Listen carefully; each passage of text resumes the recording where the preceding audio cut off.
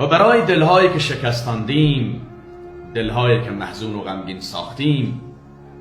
آبرو به عزتهایی را که سالها طرف جمع کرده بود به یک لحظه بردیم و اتهامهایی که بر دیگران وارد کردیم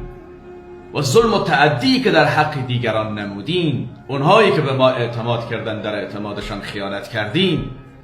اونهایی که به ما احسان کردن ما در برابر احسان به اونها بدی کردیم، برگردیم از اونها معذرت بخواهیم و جبران بکنیم این اشتباهات ما. عباداتی که از پیش ما فوت شده، کمبودی هایی که صورت گرفته که یقینا همه ما تقصیر داریم، کوتاهی داریم، اشتباه داریم، سر تا پا تقصیر هستیم، بیاییم سر از این لحظه به این ماه مبارک رمضان به خالق زمین و آسمان، به خالق کون و مکان دوباره تعهد بنماییم، به درگاه خداوند مراجعه کنیم، به درگاه اون ذات بی نیاز از او بخواهیم